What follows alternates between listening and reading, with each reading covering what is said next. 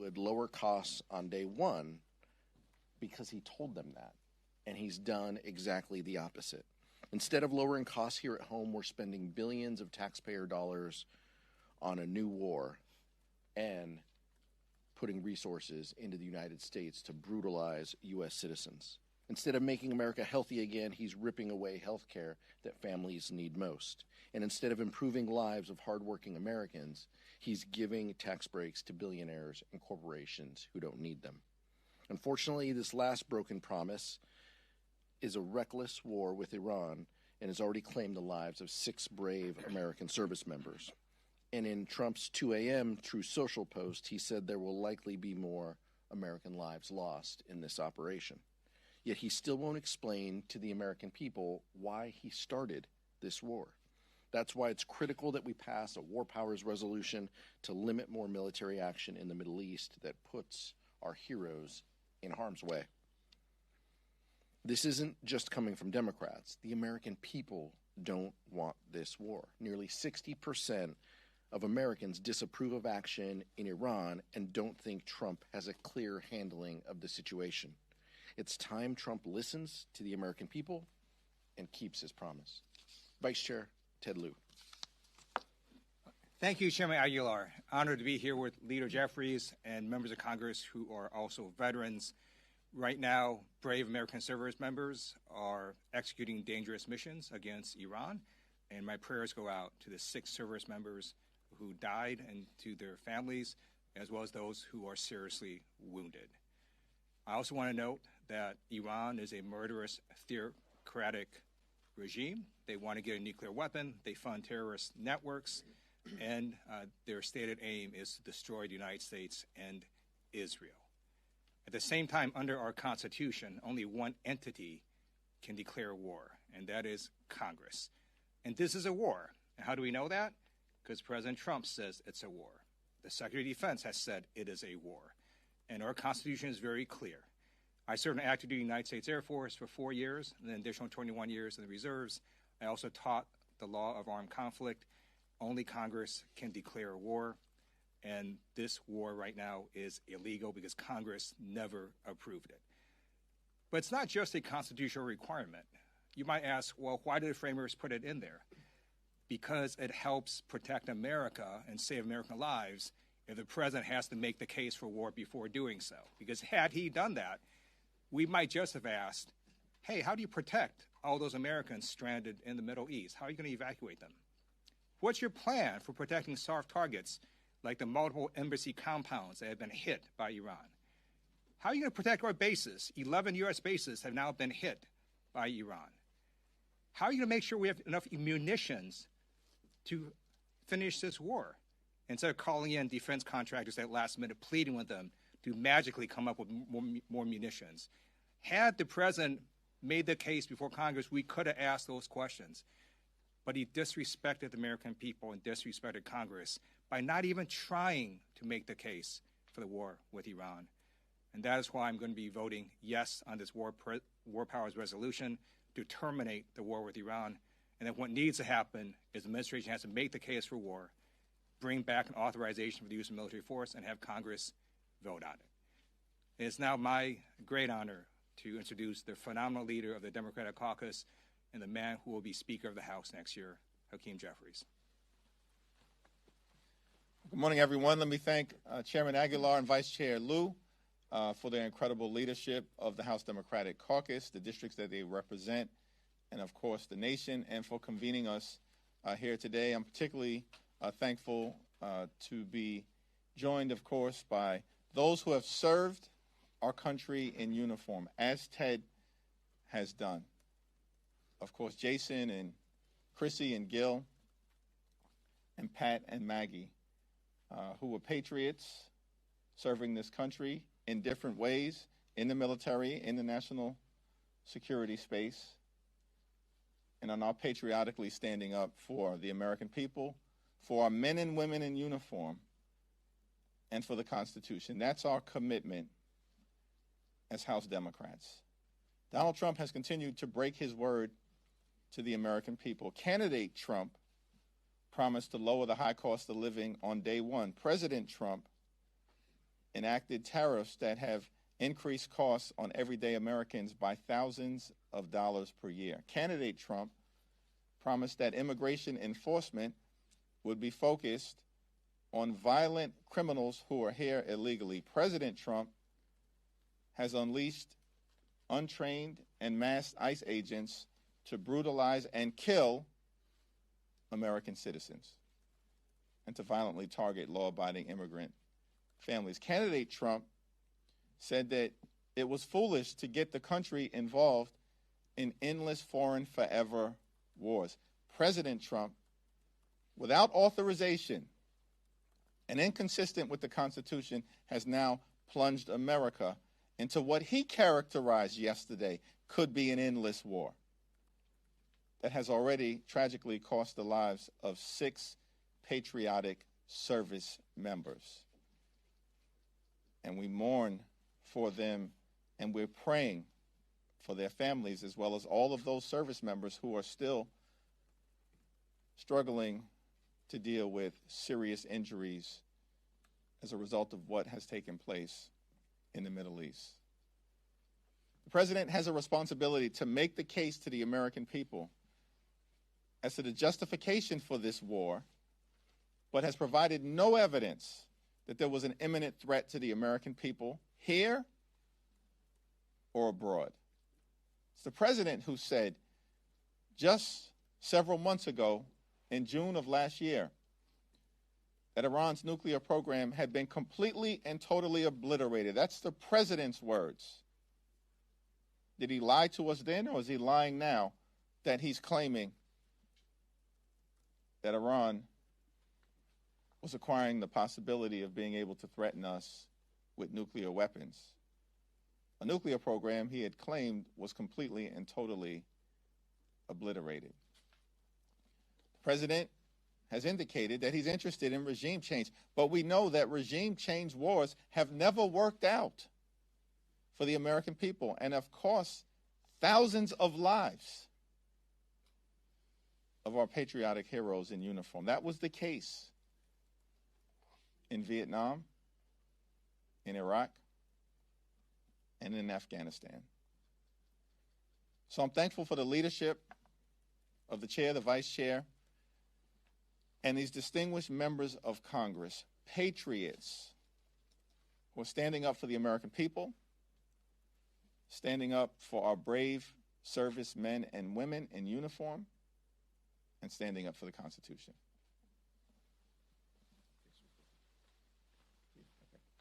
It's now my honor to yield to one of those patriots who has served the country admirably, heroically, and bravely in multiple theaters of war, and is now doing so, serving this country as a distinguished member of Congress representing the great state of Colorado, the Honorable Jason Crow.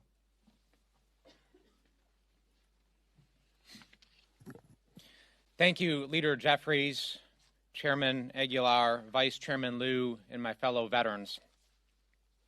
After trillions of dollars, thousands of American lives, decades of endless conflict, my entire adult life, a quarter of a century of American war, here we go again. Donald Trump campaigned on ending the wars because he knew at the time that that's what Americans wanted and still want. And yet here we go again. I learned when I was fighting in Iraq and Afghanistan that when elites in Washington bang the war drums, pound their chest, talk about the costs of war and act tough, they're not talking about them doing it. They're not talking about their kids or their billionaire donors picking up rifles, jumping into planes, jumping into helicopters. They're talking about working class kids like us. They're talking about those in small towns, in farms, in ranches across the country that have to actually do the work, that have to fight and die, and the American people that have to pay for all of it. Americans have had enough. Now, don't get us wrong. We believe in American strength. We believe in American engagement. We believe that America has a role to play in the world, and we will not hesitate to use our military and our strength to protect Americans and to protect our vital interests when it's necessary. But it's very clear in this instance that there was no imminent threat, and this is a war of choice by Donald Trump. There's a lot of talk and discussion in D.C. sometimes about notification requirements and process and procedure and what the Constitution requires. And I understand that a lot of Americans who are just trying to raise families, build businesses, don't immerse themselves in these debates. But I'll tell you why that is important. Why what we're talking about, resuming our control, is important. Because it's about accountability. It's not simply just about our interest in being involved, in notifying. It's about accountability. Because nobody is going to sit here and tell me that after 20 years of war in Iraq and Afghanistan, failed military endeavors, that if this Congress hadn't been forced to debate and vote and finance year after year, and to take the accountability for this and to put the American people back in the driver's seat for these conflicts, that they wouldn't have ended sooner or differently. That's what this is about. Putting the American people back in the driver's seat to decide when they want to finance these wars, when they are willing to send their sons and daughters to fight and die for our interests. We will be relentless in pursuing that accountability and that transparency and putting the American people back in the driver's seat for the most important decision that their government can make. And with that, I'm honored to introduce a dear friend of mine, a fellow veteran from the great state of Pennsylvania, Chrissy Houlahan. Thank you. Thank you, Jason. And I think what you'll hear from all of us is I'd rather not be standing up here. We'd rather not be standing up here seeing history repeat itself and certainly rhyme again.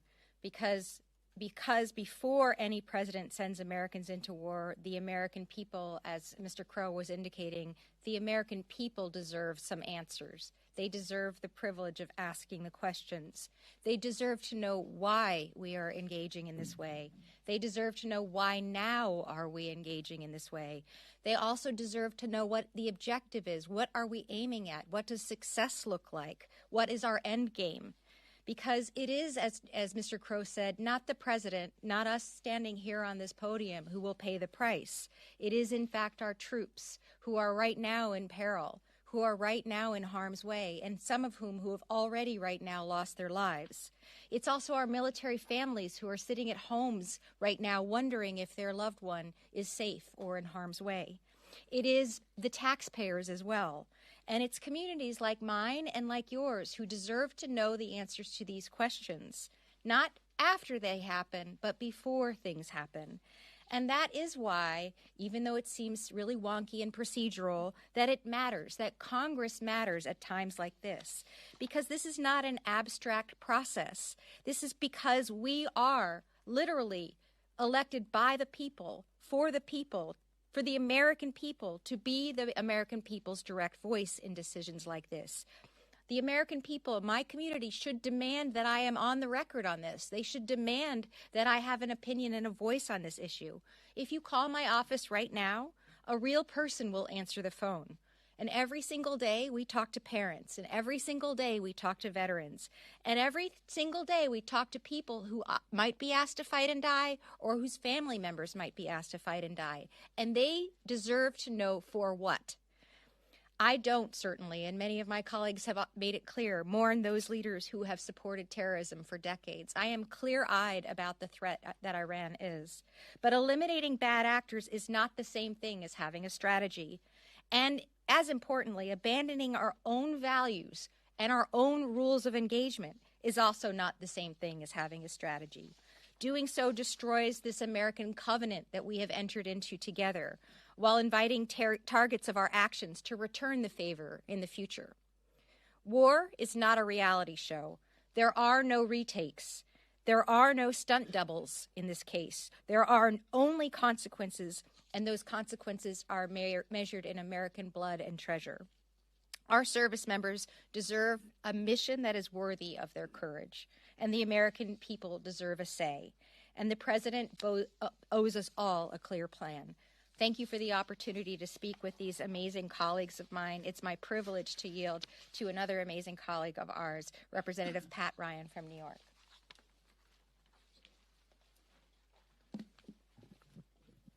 Thank you, Chrissy, and thank you to my colleagues and our leaders. I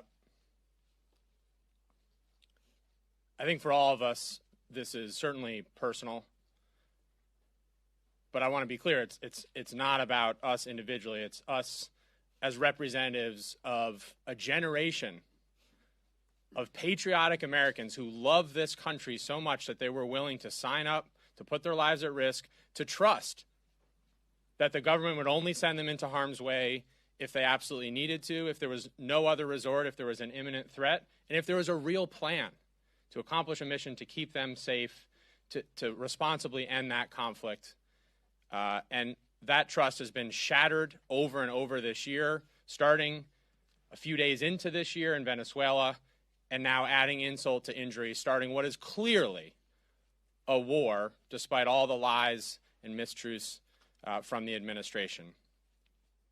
And I understand and I acknowledge that a lot of the American people and the coverage has been about process and, as my colleagues were saying earlier, theoretical, intellectual war powers and so on. But we need to be very clear. This is not about process. It's foundational and fundamental. It's about people, the American people whose voices have been fully absent and fully disregarded and disrespected. In my district, which is one of the most purple in this country, when I talk to folks, especially this weekend, but for the last several years, there's two things that almost every American agrees on. We need our government to lower our costs, and we need our government to stop getting us into open-ended regime change wars, especially in the Middle East. Both of those, obviously, promises that the president explicitly ran on have been broken and is a straight-up betrayal of the people with no accountability so far. On the cost front, not only are we not investing in lowering costs for people on health care, lowering costs for people on housing and food and groceries and utilities, we're also raising the cost. I mean, the price of gas is already skyrocketing. We know the Iranian regime is deliberately focused on driving that up to hurt all of us and especially the American people. And I'm sure many have already seen there's already a tracker running. And if you haven't, I would point you to it, tallying minute by minute the multi-billion-dollar cost already to this illegal war and operation. So rather than lowering costs, costs are up and they're going to only go up. And again, rather than ending wars, the president has started two this year. And just very briefly, we're not even talking about Venezuela anymore because I know we've been overcome by all the chaos in abject failure. I mean, they replaced one dictator with another, and now Trump's talking about potentially doing the same to the degree he has any coherent plan in Iran.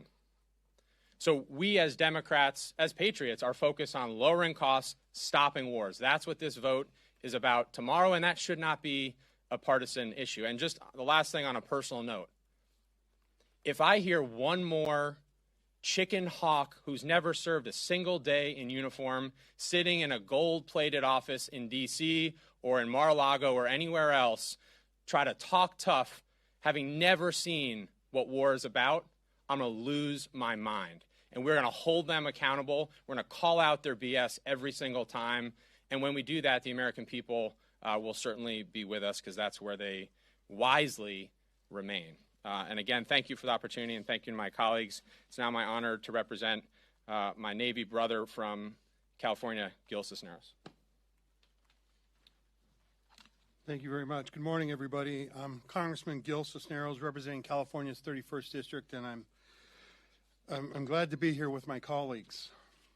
I'm a Navy veteran, member of the House Armed Services Committee, former Undersecretary of Defense at the Pentagon, and I stand here today to condemn this Trump administration's reckless and unconstitutional military action in Iran. Saturday, our country woke up to the news that we are at war with Iran. The news came from the same president who campaigned on no more wars, and the same one who bombed Venezuela just 2 months ago, and just yesterday authorized action in Ecuador. Now, who knows what other country will be next? But despite what you may think, Donald Trump does not have the ability to declare war. Our military is not Trump's private army. Our national security and the safety of our service members overseas are not the president's to play with when he's in the mood for a conflict. These are real lives on the line. We have already lost 6 courageous service members in this unauthorized war, 6 families whose lives will be changed forever. My thoughts go out to those families and loved ones and the service members that we have lost. I've heard nothing from this administration that justifies engaging in conflict in the Middle East. Donald Trump doesn't care. He spoke for 5 minutes at a White House ceremony about the war before he started talking about the drapes he picked out. He continues to prove time and time again that he doesn't care about the safety of our families, of our citizens, our troops abroad, or anybody. America cannot afford another aimless and endless war because of the ego of one man. We must pass the bipartisan War Powers Resolution now to rein in Trump's deadly overreach for the safety and security of every American. Thank you. I now recognize my fellow Navy vet, Maggie Goodlander from New Hampshire. Well, I want to thank our caucus leadership and my colleagues for being here today. We're here because President Trump launched a war of choice, a war for which he has no clear reasons. It's a shifting set of rationales that are dizzying and insulting to every freedom-loving American. He did so with no clear plan or path to victory. He did so with no end game. He cannot, has not, I hope he will, but he simply has not answered the most fundamental question of how does this end? We're here today because we understand that war is hell. And we understand, as one of my heroes, John McCain, used to say, that only a fool or a fraud could sentimentalize the cruel realities of war. Well, only a fool or a fraud could forget who pays the price, who bears the costs of war. It is our men and women in uniform who have been sent into harm's way, and we pray for their safety, we pray for their success, and we mourn the loss of the lives of 6 American patriots who gave their last full measure of devotion in this war. We pray for them and for their families. We do not forget that it is every American taxpayer who will be footing the bill. It's not billionaires like President Trump. Taxpayers who have already footed the bill for a multi-trillion-dollar experiment in forever wars, which we've lived through over the last 25 years. Every American who is right now stranded in the Middle East because there was no evacuation plan for this war before it was launched. Hardworking Americans across our country in my home state of New Hampshire who are already feeling the pain of high costs at the gas pump and in their utility bills, and who are going to see prices spike once again today. We've seen a spike like decades in the last 24 hours. We're here today because we understand that the president has defied common sense in our Constitution, but he doesn't have a blank check to wage war. We will do our jobs, we will do our duty under the Constitution by voting in favor of this bipartisan War Powers Resolution, which will do a simple and critical thing. It will force the president to do his job, to come to the Congress. If he's got a plan, we all understand that the Iranian regime is a brutal and determined enemy of the United States, a regime that has blood of our fellow Americans on its hands. But if the president wants to take the country to war, he's going to have to come to the Congress and make his case. There are no blank checks. Anyone who served in uniform knows that you don't write a blank check to this president or any president. So we will do our duties, and I'm honored to be doing so alongside these patriots. So with that, I'll turn it back to the chairman. Thank you so much, Representative Goodlander. Questions? Thank you. I know we've talked about attendance a little bit throughout the year. I was just curious, with this vote coming up that clearly is a priority for you guys tomorrow, and some of your members being in, election season, how are you communicating to your members that it's important to get here, and are you expecting to have full attendance tomorrow?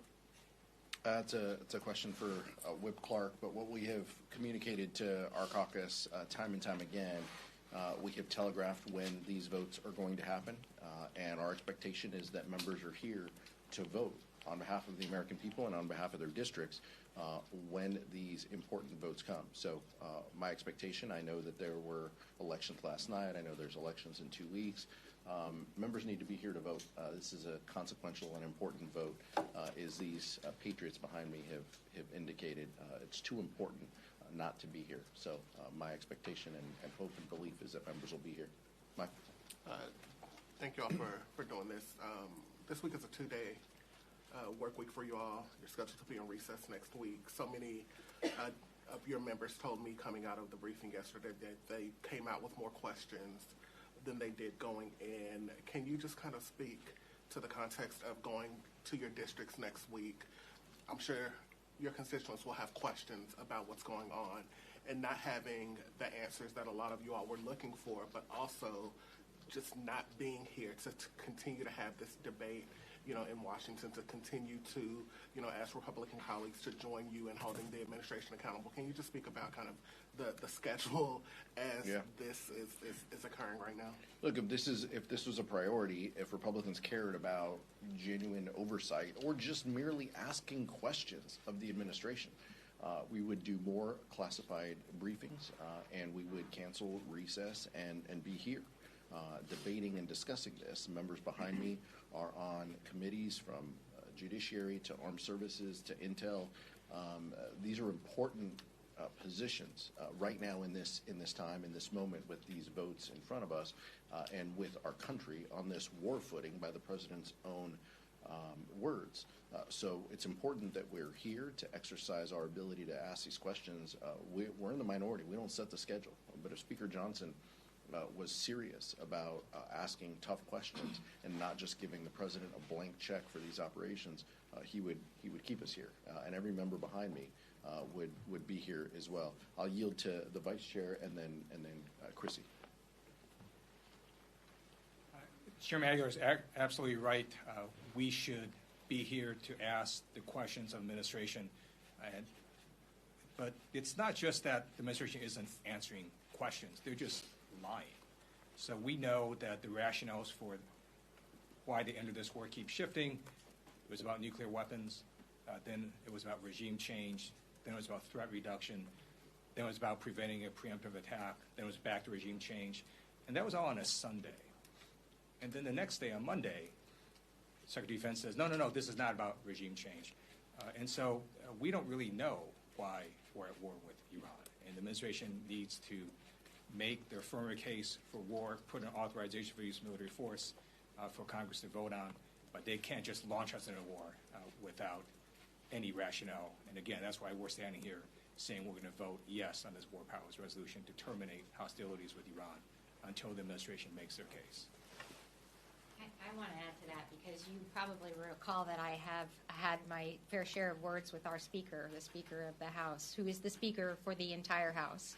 And I have a certain amount, not even a certain amount, an enormous amount of disdain for him at this point in time, because it's his responsibility to bring us into Congress, to make us be able to be here, to be able to have votes, to be able to have conversations. And he has abdicated that responsibility, unfortunately, on behalf of all of us. And that also trickles down, evidently, to the chairman of different committees that you mentioned. Intelligence has been completely MIA.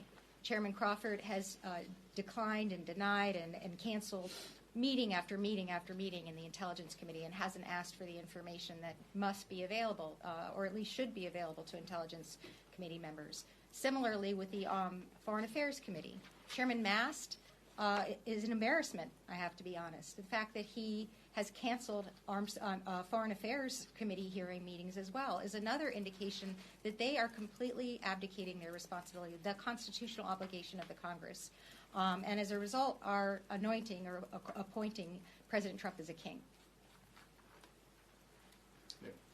I want to ask about DHS funding. Republican leaders were up here a second ago talking about the risks that the DHS shutdown poses the longer this war goes on. Are Democrats going to oppose DHS funding as this conflict continues? Yeah, we'll continue to oppose this terrible Homeland bill because they're trying to use ICE and CBP money against U.S. citizens. They've already killed 2. Their policies are the problem.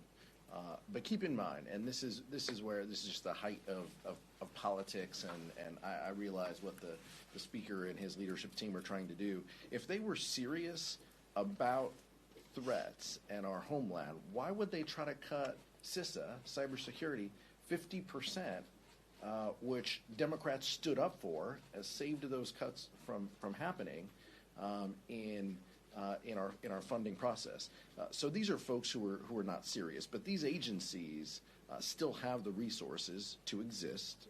They made sure of that with H.R. 1, including $75 billion additionally for ICE. They can live off of that. But I personally am a supporter of Rosa DeLauro's bill and plan that would, create kind of a check on DHS, slide off ICE and CBP. Let us continue to discuss, debate, and even argue about those while greenlighting funding for FEMA, TSA, CISA, Secret Service, and the other agencies that are affected within DHS. The Speaker controls the ability. He can put that bill up now, and I would all but guarantee that bill would pass.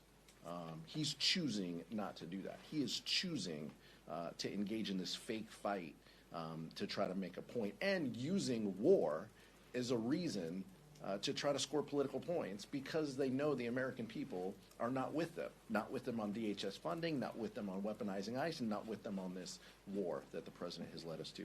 Representatives Crow and Representative Crow. I want to underscore the tremendous risk that this administration and congressional Republicans have put the American people in right now. At a time where the terrorist risk against the United States and against Americans, both at home and abroad, has just shot through the roof. Unbelievable levels of risk against Americans now as a result of terrorism and cyber risks. At the same time that has happened, they have taken vast quantities of our FBI agents, of our Homeland Security investigation agents, and others with the expertise and the mandate to conduct counterterrorism investigations and operations and cyber operations, and they have shifted those folks to their ill-conceived immigration policies. So we are calling on them immediately to pull those personnel off of their ill-conceived immigration policies that are brutalizing and terrorizing the American people and put them back on counterterrorism and cyber operations. Right? They put a recent college graduate with zero experience in cyber operations in charge of one of our nation's most important cyber entities. It's madness, and it's putting the American people at great risk. We call on them now to fix it and to do what's necessary to protect the American people. Thank you. The Department of Homeland Security has taken this money and used it to send anonymous mass federal agents to terrorize communities. It's resulted in at least 3 Americans who were killed by these masked agents. It's resulted in DHS agents illegally conducting surveillance on Americans who are exercising their First and Second Amendment rights. It's resulted in these agents arresting people who should not be arrested. And then Secretary Noem has engaged in corruption and spent hundreds of millions of dollars on a luxury jet fleet with a really beautiful bedroom. I'm going to be voting no on the DHS funding for this illegal and unconstitutional conduct. Secretary Noem is appearing before the Judiciary Committee, in which I sit. I now have to go leave to question her. Thank you. Thank you.